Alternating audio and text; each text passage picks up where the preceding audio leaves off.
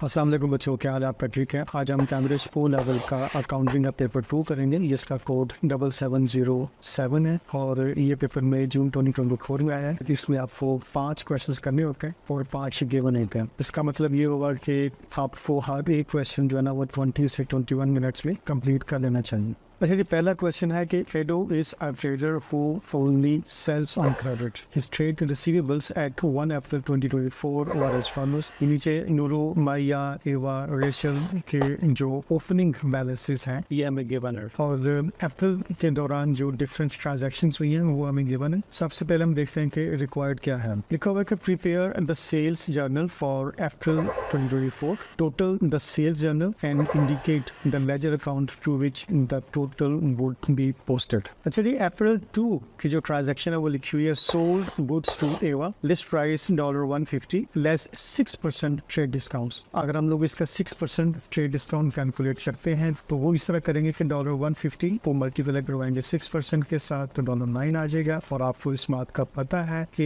ये जो trade discount होता है ये कभी भी बुक्स ऑफ अकाउंट्स में नहीं लिखा जाता। चले हम इसको एडो के सेल्स जर्नल में लिख लेते हैं। यहाँ पे लिखते हैं 2024 अप्रैल 2, डिटेल्स में लिखेंगे एवा और 150 में से $9 माइनस करेंगे और यहाँ पे लिख देंगे 141। अप्रैल 9 को लिखा हुआ जी रिसीव टेलीफोन ट्रांसफर फ्रॉम एवा 689। ये जो ट्रांजैक्शन है ये बेसिकली सेल्स लेजर से कंसर्न है, बिकॉज यहाँ पर कोई सेल्स वो नहीं हो रही बल्कि रिसीविंग मिली है। जो हमारा कस्टमर है एवा उसने हमें पे बैक किया है थ्रू बैंक, सो इसका जो ताल्लुक है वो सेल्स जर्नल के साथ मूविंग है। अप्रैल 12 को लिखा हुआ है सोल्ड गुड्स टू नूरो $165। ये ऑब्वियसली वो सेल्स जर्नल से रिलेटेड है तो हम लोग यहाँ पे लिख लेते हैं अप्रैल 12। यहाँ डिटेल्स में लिखेंगे नूरो और अमाउंट्स पे लिख देते हैं 165। अप्रैल 13 को received cheque 627 from Maya in full settlement of an invoice of 660। Again ये जो ट्रांजैक्शन है इसका ताल्लुक सेल्स जर्नल के साथ नहीं है, बिकॉज यहाँ पर सेल्स नहीं की गई बल्कि जो सेल्स पहले से की हुई थी उनके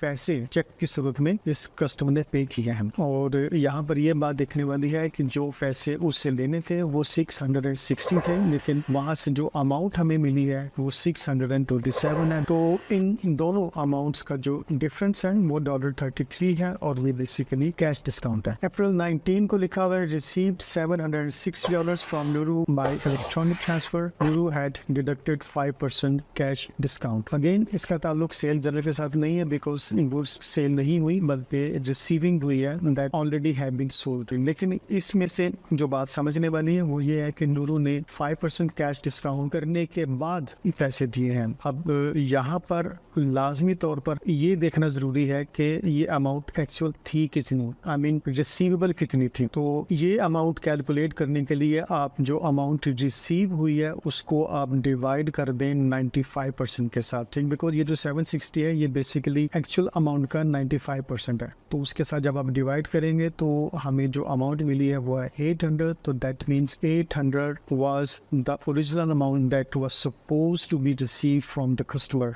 बट एक्चुअली हमें वहाँ से मिले 760। तो यहाँ पर जो $40 है वो कैश डिस्काउंट है और इसको बाकायदा बुक्स ऑफ अकाउंट्स में लिखा जाएगा, इसको रिकॉर्ड किया जाएगा। अप्रैल 20 की ट्रांजैक्शन है कि नूरो रिटर्न गुड्स $30। तो अगेन यहाँ पर जो बात देखने वाली है वो ये है कि यहाँ पर सेल्स नहीं हुई बल्कि रिटर्न हुई है। तो चूंकि सेल्स नहीं हुई तो इस ट्रांजैक्शन का ताल्लुक भी सेल्स जर्नल के साथ नहीं है बल्कि इसको भी हम सेल्स लेजर में लिखेंगे। अप्रैल 21 में लिखा हुआ है कि sold goods to Maya, list price $480 और इसका जो ट्रेड डिस्काउंट है 5% and cash discount 5% if invoice paid within 30 days. यहाँ पर जो बात है वो ये है कि ये बेसिकली सेल्स हुई हैं तो ये जो सेल्स है इसको सेल्स जर्नल में लिखा जाएगा, लेकिन इसकी जो लिस्ट प्राइस है वो $480 की है और इस पर ट्रेड डिस्काउंट जो है वो 5% का है। 480 का 5% कैलकुलेट कर लेते हैं और ये बनता है हमारे पास $24। एंड हम जानते हैं इस बात को कि जो ट्रेड डिस्काउंट होता है वो कभी भी बुक्स ऑफ अकाउंट्स में नहीं लिखा जाता। हाँ, अगर ये जो क्लाइंट है विद इन 30 डेज पे कर देगा तो बिजनेस इसको 5% कैश डिस्काउंट देगा। लेकिन अगर ये विद इन 30 डेज पेमेंट नहीं करेगा तो इसको जो अभी जो ट्रेड डिस्काउंट 5% मिल रहा है बस इतना ही होगा और इसको 5% कैश डिस्काउंट नहीं मिलेगा। ठीक है, मतलब ये हुआ कि अगर विद इन 30 डेज पेमेंट होगी तो कैश डिस्काउंट जो फर्दर है वो मिलेगा, अगर विद इन 30 डेज पेमेंट नहीं होगी तो जो फर्दर 5% का जो डिस्काउंट है वो नहीं मिलेगा। इस ट्रांजेक्शन को यहाँ पर सेल्स जनरल में लिख लेते हैं, अप्रैल 21 माया लिख लेते हैं और $480 की जो लिस्ट प्राइस है इसमें से ट्रेड डिस्काउंट $24 से ये माइनस करते हैं। सबट्रैक्ट करने के बाद जो नेट अमाउंट है 456 में यहाँ पर लिख लेते हैं। अप्रैल 30 की जो ट्रांजैक्शन है वो है कि Rachel has become bankrupt and Ado decides to write off the amount owing from her as irrecoverable. Rachel जो कि बिजनेस का एक क्लाइंट है, कस्टमर है, वो बैंकरप्ट हो चुका है तो एडो ने डिसाइड किया है कि जो भी अमाउंट उसकी तरफ ड्यू है उसको इररिकवरेबल डिक्लेयर कर दिया जाए। तो इररिकवरेबल डिक्लेयर करने का मतलब ये हुआ कि उसको बैड डेट कह दिया जाएगा कि ये अमाउंट हमें नहीं मिलेगी। तो चूंकि सेल्स नहीं हुई तो लिहाजा इस ट्रांजैक्शन का ताल्लुक भी जो है वो सेल्स के साथ नहीं है, सेल्स जर्नल के साथ नहीं है, तो इसको हम लोग सेल्स लेजर में लिखेंगे। ठीक है, अच्छा रिक्वायर्ड में था कि टोटल द सेल जर्नल यानी कि इस सेल जर्नल का टोटल किया जाए और indicate the ledger account to which the total would be posted, कि इस टोटल को किस लेजर में पोस्ट किया जाएगा। तो उस लेजर का नाम है सेल्स अकाउंट। ठीक है, तो हम अप्रैल 30 को इस सेल्स जर्नल का टोटल कर लेते हैं और ये जितना भी टोटल होगा उसको ट्रांसफर कर देंगे सेल्स अकाउंट में। ठीक है, जो कि 762 है। जो मार्किंग स्कीम है वो कुछ इस तरह है कि अप्रैल 2 और 21 और जो 30 अप्रैल जिसमें आपने टोटल को ट्रांसफर करना है, इन तीनों ट्रांजैक्शन का एक एक मार्क मिलेगा। अगर आप इसको सही तरीके से कैलकुलेट करते हैं तो आपके ये जो 3 मार्क्स हैं ये सिक्योर हो जाएंगे। क्वेश्चन नंबर 1 का पार्ट बी है कि prepare the journal entry to write off the amount owing by Rachel and narrative is required. अप्रैल 30 को जो ट्रांजैक्शन हमें दी गई थी वो लिखी हुई थी कि Rachel has become bankrupt and Ado decides to write off the amount owing from her as irrecoverable. इसके लिए एक जर्नल एंट्री रिकॉर्ड की जाएगी। तो यहाँ पर हम लोग इररिकवरेबल डेट्स को एज ए लॉस बिजनेस का वो यहाँ पर रिकॉर्ड करेंगे, बिकॉज हमें पता है कि जब भी लॉसेस या एक्सपेंसेस होते हैं या इंक्रीज होते हैं तो इनको डेबिट किया जाता है। तो उस पॉइंट ऑफ व्यू से हम इररिकवरेबल डेट्स को डेबिट करेंगे। और रेचल हमारा चूँकि कस्टमर है, क्लाइंट है, एक रिसीवेबल है और इस रिसीवेबल यानी कि इस एसेट में कमी हो रही है। एंड वी नो दैट कि जब भी हमारे रिसीवेबल्स हमारे एसेट्स में कमी होती है तो उनको क्रेडिट किया जाता है। तो उस पॉइंट ऑफ व्यू से रेचल को हम क्रेडिट करेंगे और इनके सामने अमाउंट लिख देंगे 215 और नरेशन लिख देते हैं कि amount due from Rachel written off as irrecoverable. और यहाँ पर सही डेबिट और क्रेडिट और नरेशन लिखने पर आपको एक एक मार्क मिल जाएगा। सो इस तरह आपके जो टोटल 3 मार्क्स है वो यहाँ पर सिक्योर हो जाएंगे। क्वेश्चन नंबर 1 का पार्ट सी है calculate the total amount of money which Ado receive from trade receivables during April 2024। यहाँ पर एक तो अप्रैल 9 की जो ट्रांजैक्शन है कि रिसीव्ड टेलीफोन ट्रांसफर फ्रॉम एवा 689 की, तो ये अमाउंट हम लोग यहाँ पे लिख लेते हैं एवा 689।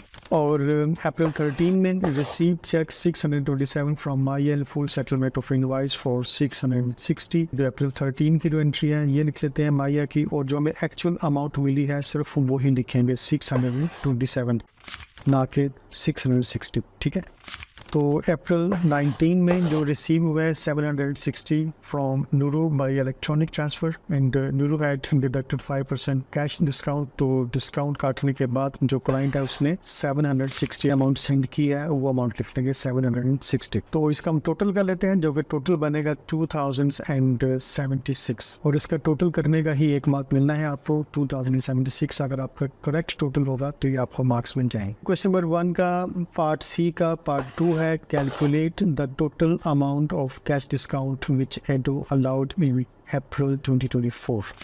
तो इसके लिए अप्रैल 13 में जो रिसीव हुआ चेक $627 का माया से इन full settlement of an invoice of 660, तो ये बेसिकली कैश डिस्काउंट है जो कि $33 का बनता है।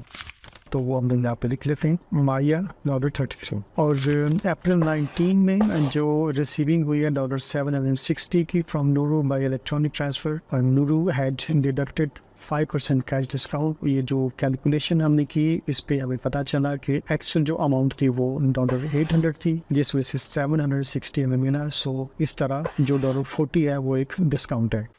यहाँ लिख लेते हैं नूरू और $40, इन दोनों का टोटल कर लेते हैं जो कि बनते हैं $73। $40 का जो डिस्काउंट है वो अगर सही कैलकुलेट कर लेते हैं तो 1 मार्क मिलेगा, और उसके बाद जो टोटल अगर अमाउंट आपका सही मैच हो जाता है तो वो 1 मार्क मिलेगा। तो टोटल इस तरह 2 मार्क्स आपके स्कोर हो जाएंगे। क्वेश्चन नंबर 1 का पार्ट डी है, prepare Ado's sales ledger control account for April 2024। अच्छा, यहाँ पर ये बात समझने वाली है कि आप सेल्स लेजर कंट्रोल अकाउंट को रिसीवेबल अकाउंट भी कह सकते हैं, बिकॉज जितनी भी अमाउंट ड्यू होती है तमाम कस्टमर से उसका ये बेसिकली टोटल यहाँ पर शो करवाता है। तो जितने भी कस्टमर्स हैं वो हमारे जिनसे अमाउंट ड्यू है वो हमारे बेसिकली रिसीवेबल्स हैं। तो इस पॉइंट ऑफ व्यू से ये बेसिकली एक रिसीवेबल अकाउंट होता है। हम ये कह सकते हैं कि इसकी जो डेबिट साइड है उसमें हर वो ट्रांजैक्शन जिसकी वजह से जो रिसीवेबल्स है वो इंक्रीज होता है तो वो यहाँ पे लिखी जाएंगे, जैसे कि टोटल ऑफ सेल्स अकाउंट हो गया वो यहाँ पर डेबिट साइड में लिखा जाएगा। और हर वो ट्रांजैक्शन जिसकी वजह से आपके रिसीवेबल्स में कमी होती है, डिक्रीज होते हैं, वो सारे के सारे यहाँ पे लिखे जाएंगे, जैसे कि total of sales returns account हो गया, या total of payments received from customers हो गए, या कोई बैड डेट्स वगैरह कुछ इस तरह की जो चीज़ें हैं वो अगर हो तो वो यहाँ पर लिखी जाएंगी, जिनकी वजह से जो रिसीवेबल्स हैं वो डिक्रीज करते हैं। लेट्स स्टार्ट विद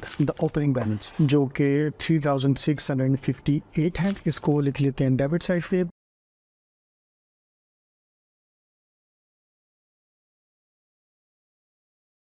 और सेल्स लिख लेते हैं अप्रैल 30 पे टोटल करके, बिकॉज इन सेल्स की वजह से रिसीवेबल्स में इंक्रीज होगा तो ये लिख लेते हैं 762। और क्रेडिट साइड पे वो तमाम जो ट्रांजैक्शंस हैं जिनकी वजह से हमारे रिसीवेबल्स में कमी होगी, लाइक जैसे कि जितने भी पैसे हमारे रिसीवेबल से हमें मिले हैं वो सारी इकट्ठे करके यहाँ पे लिख लेते हैं, जो कि हमने ऑलरेडी कैलकुलेट किया हुआ है। क्वेश्चन नंबर 1 का जो पार्ट सी का पार्ट 1 था, इसमें हमने टोटल कैलकुलेट किया हुआ जो पैसे टोटल मिले हैं इसको अपने तमाम कस्टमर से, वो है 2076, वो यहाँ पे लिख लेते हैं।